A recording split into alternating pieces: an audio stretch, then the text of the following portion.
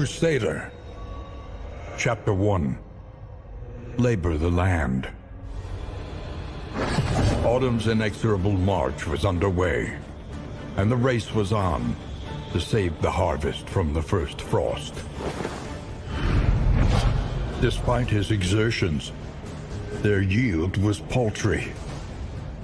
Come winter, starvation would seat itself at the head of their table. Chapter 2. Hard Pressed. The banners of the Holy Army snapped in the biting wind that scoured his barren plot.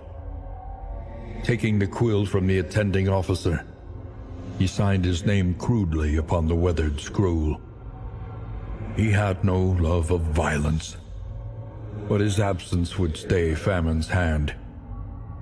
He accepted both tabard and blade, bid his wife and son a stoic farewell, and rode out reluctantly to make war. Chapter 3.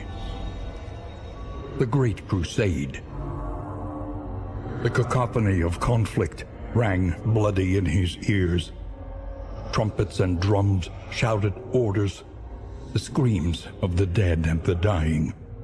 But in the maelstrom of mortal combat, he found a divine peace.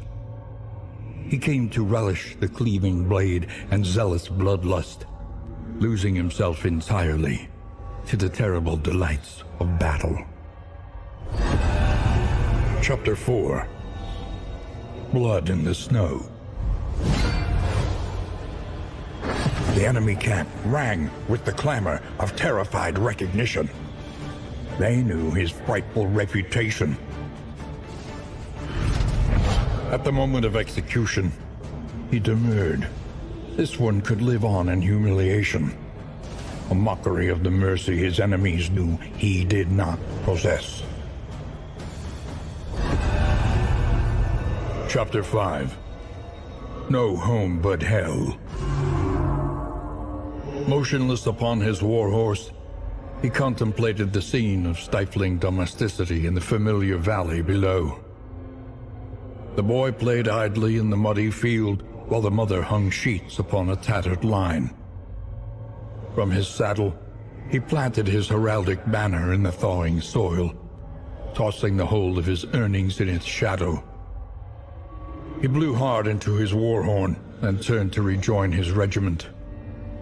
He did not look back.